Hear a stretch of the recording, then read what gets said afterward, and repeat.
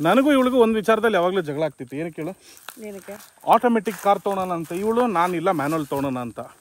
Clutch ಇಲ್ಲ, ಹೌದಾ? ಎಲ್ಲೂ ಬಚ್ಚೆಟ್ಟಿಲ್ಲ, ಏನು ಎಡಿಟಿಂಗ್ ಇಲ್ಲ. ಇಲ್ಲೇನಂತೀರಾ, ಗೇರ್ ಇದೆ.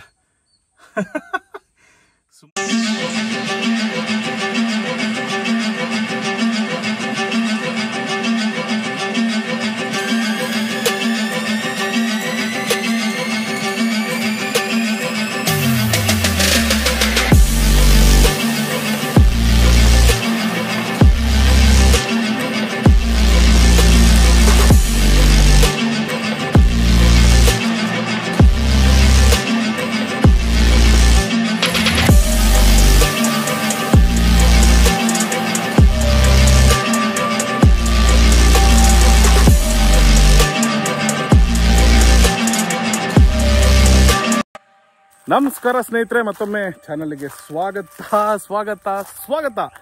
ಎಸ್, ಸೊ ಅಂತೂ ಇಂತೂ ಕೊನೆಗೂ ನನ್ನ ಕಾರ್ ಆಕ್ಸಿಡೆಂಟ್ ನಂತರ ನಾನು ಹೊಸ ಕಾರ್ ತಗೊಂಡೆ.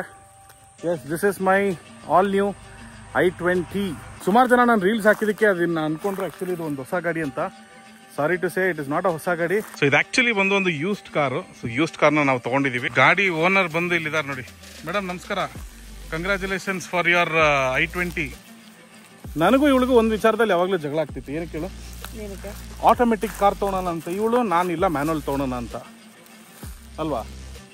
ಬಟ್ ಇವತ್ತಿಗೆ ಆ ಸಮಸ್ಯೆ ಬಗೆಹರಿದೆ. ಏನಂತೀರಾ? ಅವಳಿಗೆ ಬೇಕಾಗಿದ್ದು ಅವಳಿಗೂ ಸಿಕ್ಕಿದೆ, ನನಗೆ ಬೇಕಾಗಿದ್ದು ನನಗೂ ಸಿಕ್ಕಿದೆ. ಏನು ಎತ್ತ ಅನ್ನೋದನ್ನ ನಾನಿದು ಡೀಟೇಲ್ ರಿವ್ಯೂ ಏನು ಮಾಡೋಕ್ಕೆ ಹೋಗ್ತಿಲ್ಲ. ಬಟ್ ನಾನು ಇದು ಗಾಡಿಯಲ್ಲಿ ಏನೇನು ಮಾಡಿಸಿದ್ದೀನಿ ಸೋಫಾರು, ಹಾಗೂ ಇನ್ನು ಮುಂದೆ ಏನೇನು ಮಾಡೋಕ್ಕೆ ಹೋಗ್ತೀನಿ ಅನ್ನೋದನ್ನು ನಾನು ನಿಮಗೆ ಹೇಳ್ತೀನಿ. ಸೊ ಆ್ಯಸ್ ಆಫ್ ನಾವು ನೀವು ನೋಡ್ಬೋದು, ಗಾಡಿ ಮೇಲೆ ಒಂದು ಸ್ಟಿಕ್ಕರ್ ಅಂಟಿಸಿದ್ದೀನಿ, 69 ಅನ್ನೋ ಒಂದು ಸ್ಟಿಕ್ಕರು. ಇದು ನನ್ನ ರೇಸಿಂಗ್ ಪಂಚೋ ನಂಬರ್ ಆಗಿರೋದ್ರಿಂದ ಹಾಗೂ ನಿಕ್ಕಿ ಹೆಡನ್ ಅವ್ರ ನಂಬರ್ ಆಗಿರೋದ್ರಿಂದ so I have taken that 69 number. Babes, ಹೇಗಿದೆ ಕಾರು?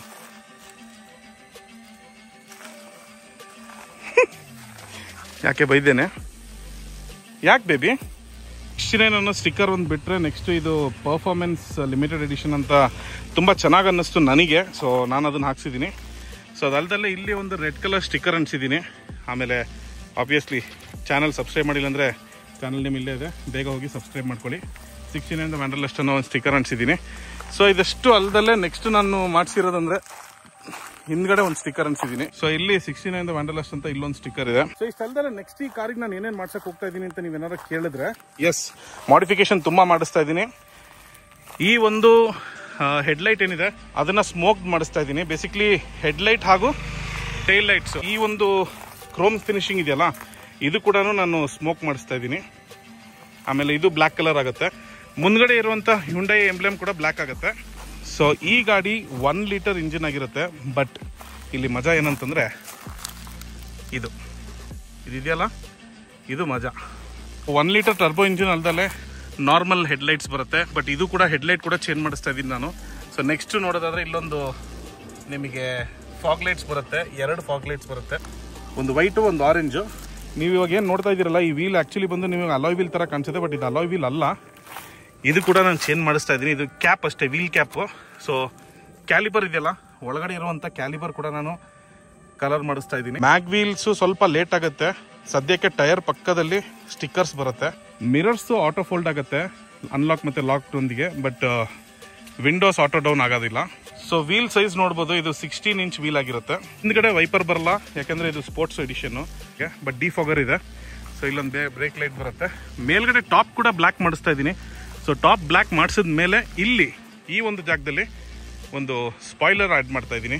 ಇಲ್ಲಿ ಹಿಂದ್ಗಡೆ ನಂಬರ್ ಪ್ಲೇಟ್ ಏನು ಕಾಣಿಸ್ತಿದೆಯಲ್ಲ, ಸೊ ಈ ಒಂದು ಜಾಗ ಇದೆ ನೋಡಿ, ಇದಿಷ್ಟು ಬ್ಲ್ಯಾಕ್ ಮಾಡಿಸ್ತಾ ಇದ್ದೀನಿ. ಸೊ ಒಂದು ಒಳ್ಳೆ ಔಟ್ಪುಟ್ ಬರುತ್ತೆ ಅಂತ ಅನ್ಕೊಂಡಿದ್ದೀನಿ. ಈ ಒಂದು ಹ್ಯಾಂಡಲ್ ಬಾರ್ಸ್ ಎಲ್ಲ ಏನಿದೆ ಇದೆಲ್ಲ ಕಂಪ್ಲೀಟ್ ಆಗಿ ಬ್ಲ್ಯಾಕ್ ಆಗಿ ಕನ್ವರ್ಟ್ ಆಗುತ್ತೆ. ಸ್ಪ್ಲಿಟರ್ಸ್ ಕೂಡ ಆ್ಯಡ್ ಮಾಡ್ತೀನಿ, almost all front back. So next ಇವಾಗ ನಾನು ಬರ್ತಿರೋಂಥ ಒಂದು ಇಂಟ್ರೆಸ್ಟಿಂಗ್ ಫ್ಯಾಕ್ಟರ್ ಏನು ಅಂತ ಕೇಳಿದ್ರೆ, ಬನ್ನಿ ತೋರಿಸ್ಬಿಡ್ತೀನಿ ಒಳಗಡೆ ಕೂತ್ಕೊಂಡು. ಸೊ ನೀವು ಇಲ್ಲೇನು ನೋಡ್ತಾ ಇದ್ದೀರಲ್ಲ, ಕ್ಲಚ್ಚೇ ಇಲ್ಲ. ಸೊ ನೀವು ಅನ್ಕೊಂಬೇಡಿ ಇವರು ಸಿಕ್ಕಾಪಟ್ಟೆ ಖುಷಿಯಾಗಿದ್ದಾರೆ ಅಂತ, ಇವ್ರ ಪರವಾಗಿ ನಾನೆಲ್ಲ ಬಿಟ್ಟು ಕೊಡ್ತೀನಿ ಅಂತ ಅನ್ಕೊಂಬೇಡಿ, ಓಕೆನಾ? ಯಾಕೆಂದರೆ ಇವಳಿಗೆ ಬೇಕಾಗಿದ್ದು ಆಟೋಮೆಟಿಕ್ಕು, ನನಗೆ ಬೇಕಾಗಿದ್ದು ಮ್ಯಾನ್ಯಲ್ ಟ್ರಾನ್ಸ್ಮಿಷನ್ನು. ಇಲ್ಲಿರೋದು ಕ್ಯಾಚು ಏನಪ್ಪ ಅಂತ ಕೇಳಿದ್ರೆ, ಇಲ್ಲಿ ಕ್ಲಚ್ ಇಲ್ಲ, ಹೌದಾ? ಎಲ್ಲೂ ಬಚ್ಚೆಟ್ಟಿಲ್ಲ, ಏನು ಎಡಿಟಿಂಗ್ ಇಲ್ಲ. ಇಲ್ಲೇನಂತೀರಾ, ಗೇರ್ ಇದೆ. ಈ ಥರ ಒಂದು ಟ್ರಾನ್ಸ್ಮಿಷನ್ ಇದೆ ಅಂತಲೇ ಗೊತ್ತಿಲ್ಲ. ಇನ್ಕ್ಲೂಡಿಂಗ್ ನನಗೂ ಕೂಡ ಗಾಡಿ ತೊಗೊಬೇಕಾದ್ರೆ ನನಗೆ ಇದ್ರ ಬಗ್ಗೆ ಏನೂ ಐಡಿಯಾ ಇದ್ದಿಲ್ಲ. ಈ ಥರನೂ ಒಂದು ಗಾಡಿ ಇದೆ ಅಂತ ನಂಗೆ ಗೊತ್ತಿದ್ದಿಲ್ಲ. 6 ಗೇರ್ಸ್ ಇದೆ ನೋಡಿ ಟೋಟಲ್ 6 ಅಲ್ಲ 7 ಗೇರ್ಸ್, ಒಂದು ರಿವರ್ಸ್ ಸೇರಿಸಿ. ಬಟ್ ಇಲ್ಲಿ ಕ್ಲಚ್ ಇಲ್ಲ, ಓನ್ಲಿ ಬ್ರೇಕ್ ಹಾಗೂ ಆಕ್ಸಿಲೇಟರ್. ಏನಿದು ಅಂತ ಕೇಳಿದ್ರೆ ಇಲ್ಲಿದೆ ನೋಡಿ, ಇದು ಇದರ ಚಮತ್ಕಾರ. ಏನು ಅಂತ ಕೇಳಿದ್ರೆ IMT intelligence manual transmission. So basically ಗಾಡಿಗೆ ಕ್ಲಚ್ ಇಲ್ಲ, ಬಟ್ ಗೇರ್ ಇದೆ. ಈ ವಿಚಾರ ನಿಮಗೆ ಗೊತ್ತಿತ್ತಾ? ನಾನು ಕೂಡ ಹೇಳ್ತೀನಲ್ಲ, ಗಾಡಿ ಇದನ್ನು ತೊಗೊಳಕ್ಕೆ ಹೋಗ್ಬೇಕಾದ್ರೆ, ತೊಗೊಳಕ್ಕೆ ಹೋಗೋಕ್ಕಿಂತ ಮುಂಚೆ ಏನೋ ಸ್ಟೋರಿ ಅಲ್ಲ, ಮೇಡಮ್ ಅವರು ಟಾಟಾ ಕಾರು ಬುಕ್ ಮಾಡಿದ್ರು. ಆಲ್ಮೋಸ್ಟ್ ಆಲ್ 18.5 ಲಕ್ಷ ನಾವು ಕೊಟ್ಟು ಗಾಡಿ ತೊಗೊಳಕ್ಕೆ ಹೊರಟಿದ್ದು ಮೇಡಮ್ಮು. ಬಟ್ ಒಂದು ರೀತಿಯಲ್ಲಿ 18.5 ಲಕ್ಷದಲ್ಲಿದೆ ನಮಗೆ 6.4 ಲ್ಯಾಕ್ಸಿಗೆ ನಮಗೆ ಈ ಗಾಡಿ ಸಿಕ್ತು. ಆಲ್ಮೋಸ್ಟ್ ಆಲ್ ನಾವು 12-13 ಲಕ್ಷ ನಾವು ಸೇವ್ ಮಾಡ್ಕೊಂಡ್ವಿ. ಬಟ್ ಇಲ್ಲಿ ಅಡ್ವಾಂಟೇಜ್ ಏನಕ್ಕೆ ನಾವು ಇದನ್ನು ಒಪ್ಕೊಂಡಿದ್ವಿ ಅಂತಂದರೆ, ಒಂದು ಮೇಯ್ನ್ ಆಗಿ ನನಗೆ ಖುಷಿಯಾಗಿದ್ದು, ಗಾಡಿ ಓಡಿಸಿದ ತಕ್ಷಣ ಟರ್ಬೋ ಇದೆ, ಒಳ್ಳೆ ಪವರ್ ಇದೆ. ಅವರು ಕೂಡ ಗಾಡಿ ಓಡಿಸ್ಬೋದು, ನಾನು ಕೂಡ ಓಡಿಸ್ಬೋದು. ನನಗೆ ಬೇಕಾಗಂಗೆ ಯಾವ ರೇಷಿಯೋಗೆ ಬೇಕೋ ಆ ರೇಷಿಯೋಗೆ ನಾನು ಗೇರ್ ಶಿಫ್ಟ್ ಮಾಡ್ಕೊಬೋದು. ಅವರಿಗೂ ಕೂಡ ಕ್ಲಚ್ ಹೊತ್ತ ಅಭ್ಯಾಸ ಇಲ್ಲ, ಹಾಗಾಗಿ ಕ್ಲಚ್ಚು ಲೆಸ್ ಆಗಿರೋದಕ್ಕೆ ಗಾಡಿ ಅವ್ರಿಗೂ ಆಲ್ಮೋಸ್ಟ್ ಆಲ್ ಆಟೋಮೆಟಿಕ್ ಥರನೇ ಫೀಲ್ ಬರುತ್ತೆ. ಸೊ ಏನು ಅನಿಸುತ್ತೆ ಸ್ನೇಹಿತರೆ, ಗಾಡಿ ಹೇಗಿದೆ? ಫಸ್ಟ್ ಆಫ್ ಆಲ್ ಗಾಡಿ ಹೇಗಿದೆ ಅಂತ ಒಂದು ಕಮೆಂಟ್ ಸೆಕ್ಷನಲ್ಲಿ ತಿಳಿಸ್ಬಿಡಿ, ನಮಗೆ ತುಂಬ ಖುಷಿ ಆಗುತ್ತೆ.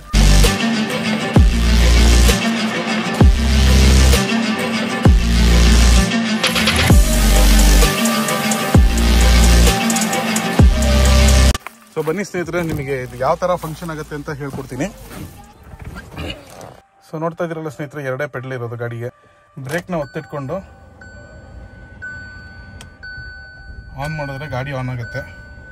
ಸೊ ಗಾಡಿ ಆನ್ ಆದಮೇಲೆ ನೆಕ್ಸ್ಟು ಇದು ನ್ಯೂಟ್ರಲ್ ಆಗಿರುತ್ತೆ ನೋಡಿ. ಫಾರ್ ಎಕ್ಸಾಂಪಲ್ ಇದು ನ್ಯೂಟ್ರಲ್ಲು. ಸೊ ಫಸ್ಟ್ ಗೇರಿಗೆ ಹಾಕ್ತೀನಿ, ಬ್ರೇಕ್ನ ಬಿಡ್ತೀನಿ. ಬ್ರೇಕ್ ಬಿಟ್ಟಿದ ತಕ್ಷಣ ಆಟೋಮೆಟಿಕಲ್ ಗಾಡಿ ಯಾವ ಥರ ಮೂವ್ ಆಗುತ್ತಲ್ಲ, ಸೊ ಆ ಥರ ಒಂದು ಮೂವ್ ಆಗೋಕ್ಕೆ ಸ್ಟಾರ್ಟ್ ಆಗುತ್ತೆ. ಸೊ ಆಕ್ಸಿಲೇಟರ್ ಕೊಡೋದಷ್ಟೇ ನೋಡಿ, ಮೂವ್ ಆಯಿತು. ಅದೇ ರಿವರ್ಸಿಗೂ ಅಷ್ಟೇ same. So rear view camera ಇದೆ. ಸೊ ಆಕ್ಸಿಲೇಟರ್ ಮೇಲೆ ಕಾಲೇ ಇಟ್ಟಿಲ್ಲ ನಾನು ನೋಡಿ. ಆಕ್ಸಿಲೇಟರ್ ಬಿಟ್ಟ ತಕ್ಷಣ ಹಿಂದಕ್ಕೆ ಹೋಗ್ತಾ ಇದೆ ಗಾಡಿ. ಸೊ ನೋಡಿ, ಬ್ರೇಕ್ ಬಿಟ್ಟಿದ ತಕ್ಷಣ ಗಾಡಿ ಹಿಂದಕ್ಕೆ ಹೋಗುತ್ತೆ. ಸೇಮ್ ಆಟೋಮೆಟಿಕ್ ಯಾವ ಥರ ಇರುತ್ತಲ್ಲ ಅದೇ ಥರ ಮೂಮೆಂಟ್ಸು. ಸೊ ಗೇರ್ಸ್ನ ನಾವು ಯಾವ ಥರ ಬೇಕೋ, ನಮ್ಮ ಮನ್ಸಿಗೆ ಬೇಕೋ ಆ ಥರ ನಾವು ಅದನ್ನು ಶಿಫ್ಟ್ ಮಾಡ್ಕೊಬೋದು. ಯಾವುದೇ ಥರದ್ದೊಂದು ಲ್ಯಾಗ್ ಇಲ್ಲ. ಸೊ ಅದು ಟ್ರಾನ್ಸ್ಮಿಷನ್ ಯಾವ ಥರ ಇರುತ್ತೆ ಅಂತ ನಾನು ತೋರಿಸ್ತೀನಿ, ಬನ್ನಿ. ಬಾರೆ ಬೇಬಿ,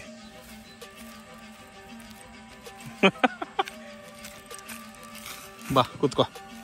ಏನು ನಿಂಗೆ ಹೆಂಗಿದೆ ಜೀವನ?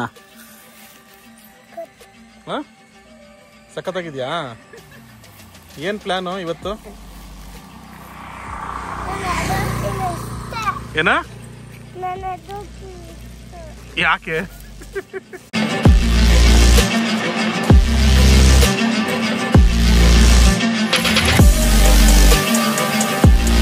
T20 ಸ್ಪೋರ್ಟ್ಸ್ 2020 ಮಾಡೆಲಲ್ಲಿ ತುಂಬ ಫೀಚರ್ಸ್ ಬಗ್ಗೆ ನಾನು ಮಾತಾಡೋಕ್ಕೆ ಹೋಗಲ್ಲ ಅಂತ ಮೊದಲಿಂದನೂ ಹೇಳಿದ್ದೀನಿ. ಬಟ್ ಬೇಸಿಕ್ ಫೀಚರ್ಸ್ ಏನೇನಿದೆ ಅದನ್ನು ನೋಡ್ಕೊಂಬಿಡಿ. ಪವರ್ ವಿಂಡೋಸ್ ಇದೆ 4, ಚೈಲ್ಡ್ ಲಾಕ್ ಇದೆ, ಈ ಥರ ಲಾಕ್ ಅನ್ಲಾಕ್ ಕೂಡ ಮಾಡ್ಬೋದು. ಹಾಗೂ ವಿಂಡೋ ಅಡ್ಜಸ್ಟ್ಮೆಂಟ್ಸ್ ಇಲ್ಲಿ ಆಪ್ಷನ್ ಇದೆ. ಸ್ಟೇರಿಂಗ್ ವೀಲ್ ಯಾವ ಥರ ಇದೆ ಅಂತ ನೋಡ್ಕೊಳ್ಳಿ. ಸ್ಟೇರಿಂಗ್ ವೀಲಲ್ಲಿ ವಾಯ್ಸ್ ಕಮಾಂಡ್ ಇದೆ, ಹಾಗೂ ಮೋಡ್ಸ್ ಇದೆ. ಕಾಲ್ಸ್ನ ರಿಸೀವ್ ಮಾಡೋದಕ್ಕೆ ಬಟನ್ಸು. ಆಮೇಲೆ ಇದು ಬಂದು ಟ್ರ್ಯಾಕ್ ಚೇಂಜ್ ಮಾಡೋದು, ಇದು ವಾಲ್ಯೂಮ್ ಇನ್ಕ್ರೀಸ್ ಮಾಡೋದು. ಇದು ಮೋಡ್ಸಲ್ಲಿ ನೀವು ಅಪ್ ಆ್ಯಂಡ್ ಡೌನ್ ಎಲ್ಲ ನೋಡ್ಬೋದು ಏನೇನಿದೆ ಅಂತ. ಕ್ರೂಸ್ ಕಂಟ್ರೋಲ್ ಇದೆ ಗಾಡಿಗೆ, ಇದನ್ನು ಹಾಕ್ಸಿರೋದು ಕ್ರೆಟಾದು ಕ್ರೂಸ್ ಕಂಟ್ರೋಲ್ ಬರುತ್ತೆ ಇದಕ್ಕೆ. ಸೊ ಅದಲ್ದಲ್ಲೇ TPMS ಕೂಡ ಇದೆ ಇದರಲ್ಲಿ. ಫಾರ್ ಎಕ್ಸಾಂಪಲ್ ಇಲ್ಲಿ ನೋಡಿ, ಟೈರ್ ಪ್ರೆಷರ್ ಲೋ ಅಂತ ತೋರಿಸ್ತಾ ಇದೆಯಲ್ಲ. ಸೊ ಇದೊಂದು ಒಳ್ಳೆ ಫೀಚರ್ ಅನ್ನಿಸ್ತು ನನಗೆ ಈ ಒಂದು ಗಾಡಿಯಲ್ಲಿ. RPM ಮೀಟರ್ ಇದೆ. ರೈಟ್ ಸೈಡಲ್ಲಿ ನಿಮಗೆ ಇಲ್ಲೂ ತೋರಿಸುತ್ತೆ, ಹಾಗೂ ಇಲ್ಲೂ ಡಿಜಿಟಲಲ್ಲೂ ತೋರಿಸುತ್ತೆ. ಸೇಮ್ ಸ್ಪೀಡ್ ಕೂಡ ಅಷ್ಟೇ, ಇಲ್ಲಿ ಮತ್ತು ಇಲ್ಲಿ 2 ಕಡೆಯೂ ಸ್ಪೀಡ್ ತೋರಿಸುತ್ತೆ, ಹಾಗೂ ಎಷ್ಟು ಕಿಲೋಮೀಟರ್ ಹೋಗುತ್ತೆ ಗಾಡಿ ಅನ್ನೋದನ್ನು ಇನ್ನು ತೋರಿಸುತ್ತೆ. ಗೇರ್ ಇಂಡಿಕೇಟರ್ಸ್ ಇದೆ. ಅದು ಬಿಟ್ಟರೆ ಬೇರೆದಂತಂದರೆ ನೀವು ಲೈಟ್ಸು, ಡೋರ್ ಯಾವ ಥರ ಲಾಕ್ ಆಗಬೇಕು ಅಂತಲೂ ಆಪ್ಷನ್ಸ್ ಎಲ್ಲ ಕೊಟ್ಟಿದ್ದಾರೆ. ಫಾರ್ ಎಕ್ಸಾಂಪಲ್ ಲಾಕ್ ಆಟೋ, ಇಷ್ಟು ಆಟೋ ಲಾಕ್ ಫೀಚರ್ಸ್ ಕೂಡ ಇದೆ. ಆಟೋ ಲಾಕ್ ಅನ್ಲಾಕ್ ಮಾಡೋದಕ್ಕೂ ಆಪ್ಷನ್ ಇದೆ. ಸೊ ಕೀ ತೆಗ್ದಿದ ತಕ್ಷಣ ಎಲ್ಲ ಲಾಕ್ ಆಗೋ ಥರನೂ ಫೀಚರ್ಸ್ ಇದೆ. ಸೊ ಜಾಸ್ತಿ ಇದ್ರ ಬಗ್ಗೆ ಮಾತಾಡಕ್ ಹೋಗೋದಿಲ್ಲ. ಹಾರ್ನ್ ಕೇಳಿಸ್ಕೊಬೋದು ನೀವು. ಸೊ ಇದು ಬರೀ ಲೋ ಹಾರ್ನ್ ಇದೆ. ಹೈ ಹಾರ್ನ್ ನಾವು ಹಾರ್ನ್ ಕೇಳಿಸ್ಕೊಬೋದು. ಸೊ ಇದು ಬಂದು ಲೋ ಹಾರ್ನ್ ಇರುತ್ತೆ. ಬಟ್ ಇದಕ್ಕಿಂತ ಹಾರ್ನ್ ಕೂಡ ನಾನು ಅಪ್ಗ್ರೇಡ್ ಮಾಡ್ತಾ ಇದ್ದೀನಿ. ಕ್ರೆಟಾದು ಹಾರ್ನ್ ಹಾಕ್ಸ್ಕೊತಾ ಇದ್ದೀನಿ. ಅದು ಆಲ್ಮೋಸ್ಟ್ ಅಲ್ಲೂ 1700 rupees ಏನೋ ಇದೆ. ಸೊ ಇನ್ಫೋಟೈನ್ಮೆಂಟ್ ಸಿಸ್ಟಮ್ ಈ ಥರ ಬರುತ್ತೆ ನಿಮಗೆ. ಮೆನು ಇದರಲ್ಲಿ ಡ್ರೈವರ್ ರಿಯರ್ ವ್ಯೂ ಮಿರರ್ ಇರುತ್ತೆ.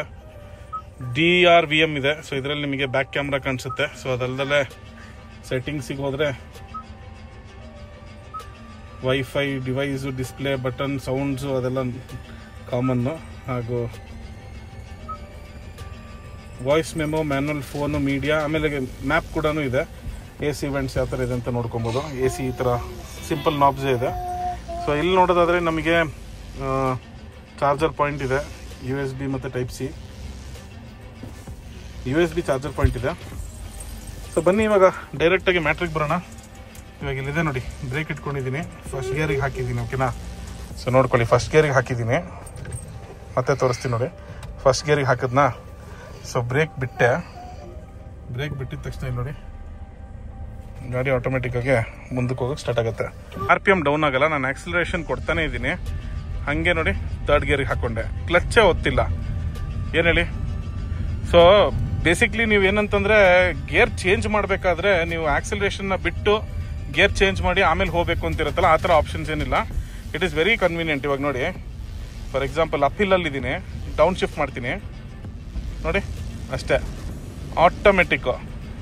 ಸೊ ಗೇರ್ ಶಿಫ್ಟಿಂಗ್ ಯಾವ ಥರ ಸ್ಮೂತಾಗಿದೆ ಅಂತಂದರೆ, ಆಟೋಮೆಟಿಕಲ್ಲಿ ಯಾವ ಥರ ಆಗುತ್ತಲ್ಲ ಅದೇ ಥರನೇ ಶಿಫ್ಟಿಂಗ್ ತುಂಬ ಸ್ಮೂತಾಗಿದೆ. ಬಟ್ ಇವಾಗ ಇದರಲ್ಲಿ ನಿಮಗೆ ಟರ್ಬೋ ಯಾವ ಥರ ಕಿಕ್ಔಟ್ ಆಗುತ್ತೆ ಅಂತ ತೋರಿಸ್ತೀನಿ ಬನ್ನಿ. ಲೈನ್ ರಸ್ತೆಗೆ ಹೋಗೋಣ. ಹಾಂ, ಇದು ಇನ್ನೂ ಈ ಥರ ಸೌಂಡ್ ಬಂತು ನೋಡಿ. ಅದೇನಂತಂದರೆ ಥರ್ಡ್ ಗೇರಲ್ಲಿದೆ. ಓಕೆನಾ? ಥರ್ಡ್ ಗೇರಲ್ಲಿದ್ದಾಗ ನೋಡಿ, ನಾನು ಎಷ್ಟೇ ಒತ್ತಿದ್ರೂ ಹೋಗಲ್ಲ ಗಾಡಿ ಮುಂದಕ್ಕೆ. ಸೊ ಇದೊಂದೇ ಆಟೋಮೆಟಿಕ್ಕಿಗೂ ಮತ್ತು IMTಗೆ ಇರೋಂಥ ಡಿಫ್ರೆನ್ಸು. ಸೊ ನಾನು ಗೇರ್ ಡೌನ್ ಮಾಡ್ಕೊಬೇಕು ಸೆಕೆಂಡ್ ಗೇರಿಗೆ. ನಾನು ಸೆಕೆಂಡ್ ಗೇರಲ್ಲಿದ್ದೀನಿ. ಟರ್ಬೋ ನೋಡಿ, ಫುಲ್ ಆಕ್ಸಿಲರೇಷನ್ ಕೊಟ್ಟಿದ್ದೀನಿ. ಟರ್ಬೋ ಕಿಕ್ ಆಯಿತು. ಯಪ್ಪ, ಟರ್ಬೋ ಮಾತ್ರ ನೆಕ್ಸ್ಟ್ ಲೆವೆಲ್ ಇದೆ ಗುರು. ಸೆಕೆಂಡ್ ಗೇರಲ್ಲಿ ಆಲ್ಮೋಸ್ಟ್ ಅಲ್ಲಿ 100 ತನಕ ರೀಚ್ ಆಗುತ್ತೆ. ಬಟ್ ನಾನು ಅಷ್ಟು ಪುಷ್ ಮಾಡೋಕ್ಕೆ ಹೋಗ್ತಾ ಇಲ್ಲ. ಯಾಕೆಂತಂದರೆ ಇದೆಲ್ಲ ರೋಡು, ಇದನ್ನೆಲ್ಲ ಆಕ್ಟಿವೇಟ್ ಮಾಡ್ಕೊಂಡು ಓಡಿಸೋದಕ್ಕೆ. ಬಟ್ ಎಸ್, ಟರ್ಬೋ ರಿಯಲಿ ತುಂಬಾ ಚೆನ್ನಾಗಿ ವರ್ಕೌಟ್ ಆಗುತ್ತೆ. ಇದೊಂದೇ ರೀಸನ್ ಈ ಗಾಡಿ ತೊಗೊಳೋದಕ್ಕೆ ಮೇನ್ ಕಾರಣ. ಸೊ ಇವಾಗ ಏನು ಹೇಳಿ, ಇಬ್ರಿಗೂ ವರ್ಕೌಟ್ ಆದಂಗೆ ಆಯಿತು. ನಾನು ಹೆಂಡ್ತಿನೂ ಓಡಿಸ್ಬೋದು, ನಾನು ಓಡಿಸ್ಬೋದು. ಸಿಂಪಲ್. 2000 ಮತ್ತು 3800 RPM ಅಲ್ಲಿ 165 km ಸ್ಪೀಡಿಗೆಲ್ಲ ಹೋಗಿದೆ ಅಂತೆ. ನನ್ನ ಫ್ರೆಂಡೇ ನನಗೆ ತೋರಿಸಿದ, ನಾನು ಹೋಗಿರೋದು ಇದೇ ಗಾಡಿಯಲ್ಲೇ ಟಾಪ್ ಸ್ಪೀಡ್ ಹೋಗಿರೋದು. So there you go, that's all. ವ್ಲಾಗ್ನ ಎಂಡ್ ಮಾಡ್ತಾ ಇದ್ದೀನಿ. ಓನರ್ ಮೇಡಮ್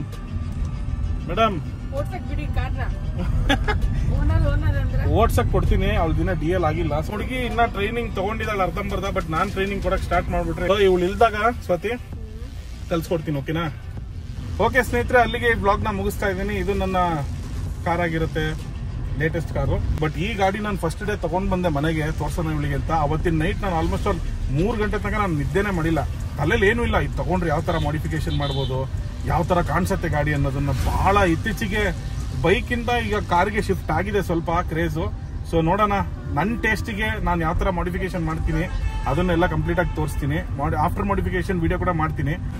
ನಿಮಗೇನಾದ್ರೂ ನಾನು ಮಾಡಿರುವಂತ ಮಾಡಿಫಿಕೇಶನ್ ಇಷ್ಟ ಆದ್ರೆ ದಯವಿಟ್ಟು ಕಮೆಂಟ್ ಸೆಕ್ಷನ್ ಅಲ್ಲಿ ತಿಳಿಸಿ, ಆಯ್ತಾ? ಆಸ್ ಆಫ್ ನಾವು ಮಾಡಿರುವಂತ ಮಾಡಿಫಿಕೇಶನ್ ಕೂಡ ಹೇಗಿದೆ ಅಂತ ತಿಳಿಸಿ. ನೆಕ್ಸ್ಟ್ ಅಪ್ಗ್ರೇಡ್ ಆದ್ಮೇಲೆ ನಾವು ಒಂದ್ಸತಿ ತೋರಿಸ್ತೀನಿ, ಅವಾಗ್ಲೂ ಕೂಡ ತಿಳಿಸಿ ಯಾವ ತರ ಇದೆ ಅಂತ. ಓಕೆನಾ? ಅಲ್ಲಿ ತನಕ ಸೈನಿಂಗ್ ಆಫ್ ನಿಮ್ಮ 69 ದ ವ್ಯಾಂಡಲಿಸ್ಟ್. ಬಾಯ್.